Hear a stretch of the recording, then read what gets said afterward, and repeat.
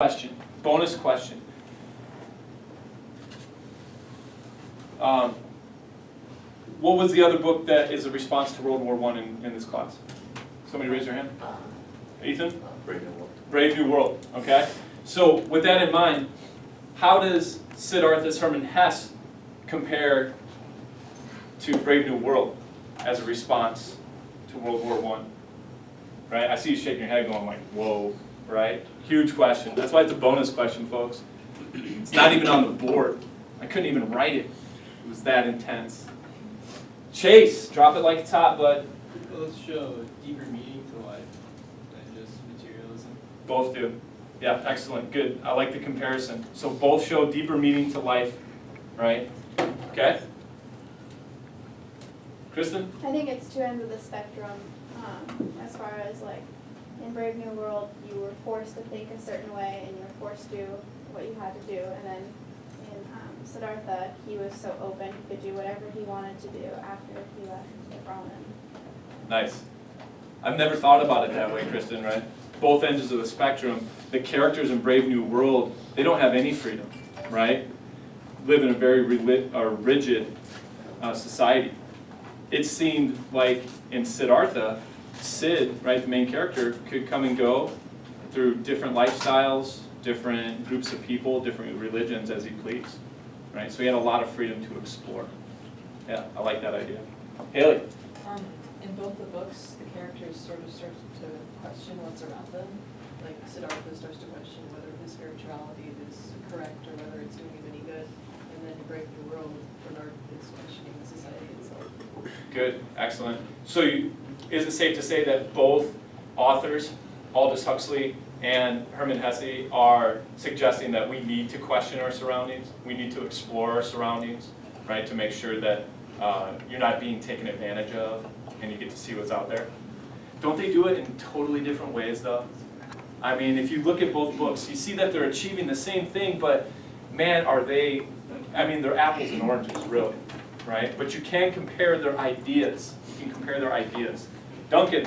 I feel like both books are showing where society could go. Brave New World is saying like the negative direction that it could go, where everybody's controlled, and Siddhartha is showing a positive direction where everybody can express whatever they want to and however they want to. Nice. I like that idea. So maybe Huxley's a little bit more pessimistic, right? Siddhartha is a little bit more optimistic. Good. All right, that was a bonus question. Okay, so those people that responded, I might give you a little more points, a few more points than when I score. Next question here. While reading the novel, did you make any text-to-self connections? Perhaps you made a connection between Sid's religious beliefs or explorations and your own religious beliefs or explorations. All right. Feel free to talk about your own religion in here. It's a safe place. Think about it. Any text-to-self connections? Trent? Right at the start when he's just going through, he's asking all those questions. I could really connect because those are just a lot of the same questions I've asked myself and I've really thought about them. So when I was reading it, it was almost like just kind of like re-seeing what I hadn't seen before, just kind of asking it in a different way. But it's just kind of fun. Same process? Yeah. Yeah. Did it make you feel better about when you went through the process? Like that was definitely a good thing to do when you were asking those questions? Yeah, because I mean it was just, for me it's just, you know, taking time just to think about things. And then when I really think, I really feel like I'm, you know, then I'm not just kind of floating around, like I know I get a purpose of what I'm doing.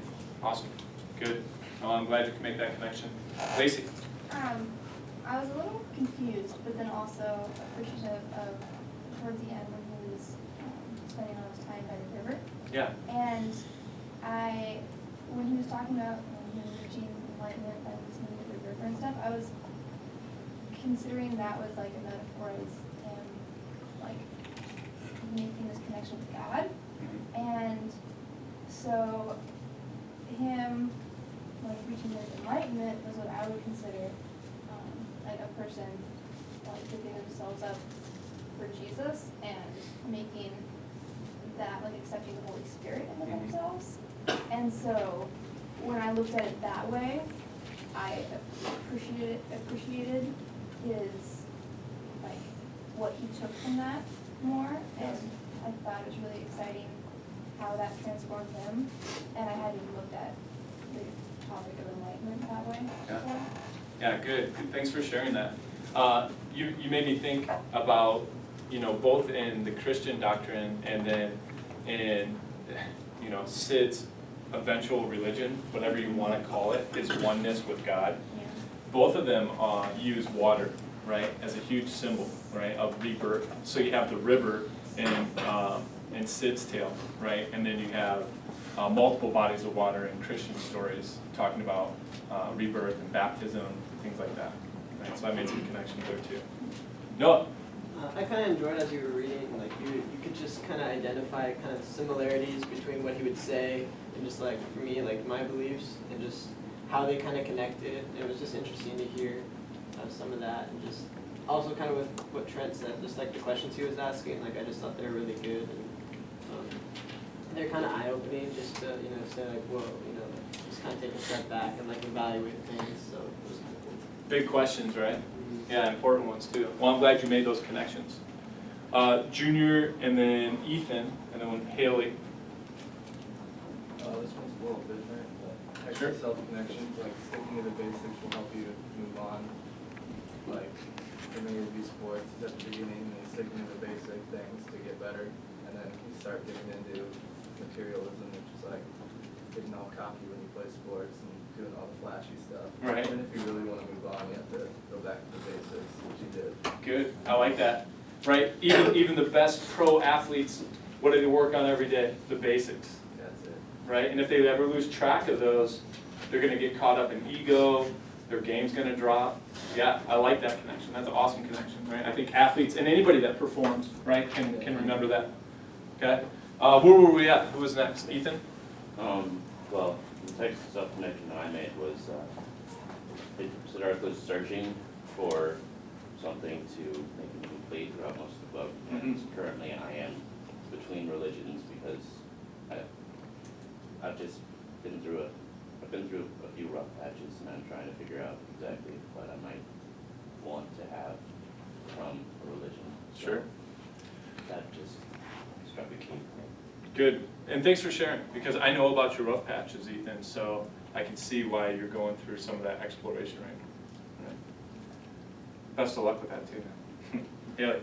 I really found myself connecting with the very end when he's talking about the rock, that there is sort of connection between all things and importance in all things, and that's sort of, I guess, how I want to do this. Awesome. Yeah, but by the end, Siddhartha has almost created his own religion. If you agree with that, go ahead and raise your hand. Okay. And yes, it's this connection to everything. I mean, he does see value in meaning in every form he encounters in his life, from a rock to a river to his child to a businessman to a city, right? To ideas. It's all connected, it's all relevant, and it's all important, right? Okay. Yeah, so I'm glad you made that connection. All right, for sake of time, we're going to move on to the next question, which is another level, all right? So we're going to move on to level 4 here, digging even deeper. This is called synthesis here, all right? Synthesis means that we're going to merge a couple different pieces of information together. So what connections did you make between Siddhartha and Bernardo Bertolucci's film Little Buddha? And here's some topics or areas that you could go ahead and dive into. You have themes, you have characters, you have symbols, you have storylines. Was there anything that connected? Let me state the obvious, okay? Let me state the obvious because I want to challenge you guys here. Yes, Siddhartha Gautama, the character in Hermann Hesse's Siddhartha, was also in Little Buddha, the movie, all right? Because Little Buddha retold the story of Siddhartha Gautama's, right? The original Buddha, his spiritual development. With that one out of the way, you can't pick that one, all right? I know you're going there. What are some connections? Think about it. Remember, you can still write down your responses if you want. You can share them verbally if you'd like.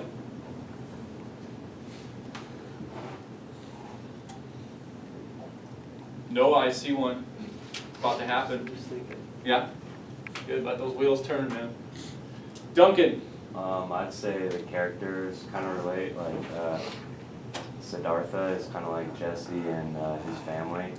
Kind of the different ways that Siddhartha goes, I feel like each person in Jesse's family is one of those ways. nice. Like Jesse all along has been kind of open to the idea, going along with it, where at first his dad seems like he's more materialized and doesn't really care that much.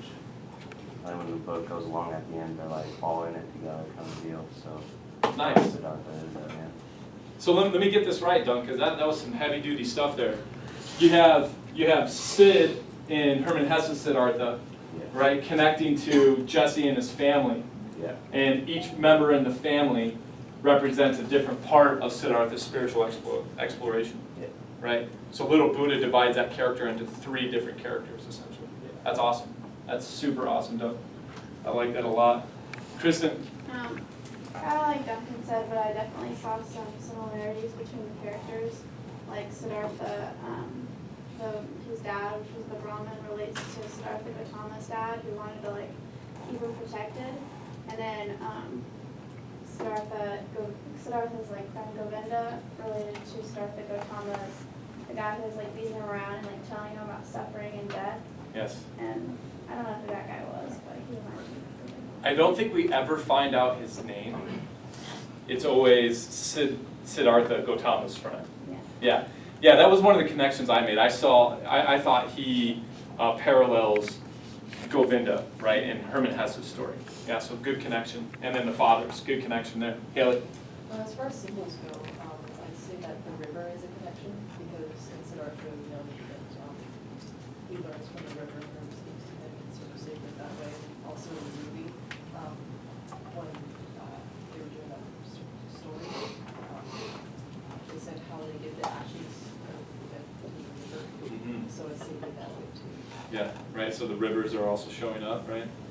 I don't know about you guys, but I love when I can make, in this case, text-to-text connections, because I believe it creates one big story, though, right? And I love it when artists discuss the same topics within their own work. Okay.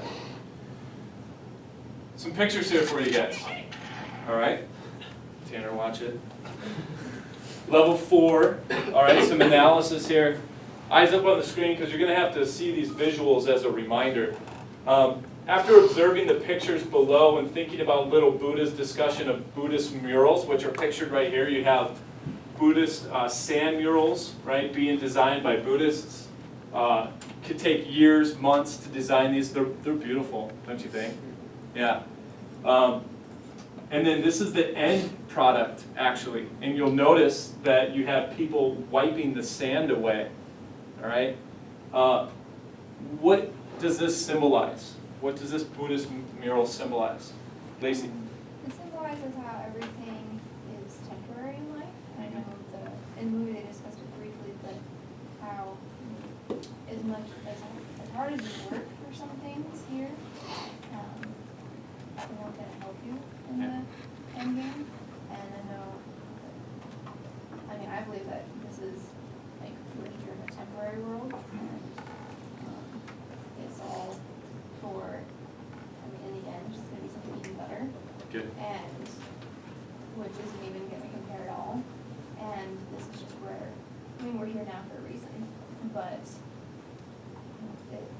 it's like how like some like older religions, kings would like fear to get treasure and stuff, thinking that they could take it with them, but it doesn't benefit them in the future as good as a good person or as bad as a person you are now. Good. Good. So to kind of summarize what Lacey said there, right? This is life. It's good. It's beautiful. It has purpose. But over here, it is only temporary, right? It can be wiped away quickly. And both of those things have purpose. Who had their hands up? Duncan. I think it kind of symbolizes reincarnation in a way, because especially them just being Buddhists, it just shows like they worked so hard and they put so much time into one life, but then they're perfectly happy with it ending and then just starting all over again and doing it again. Okay. All right.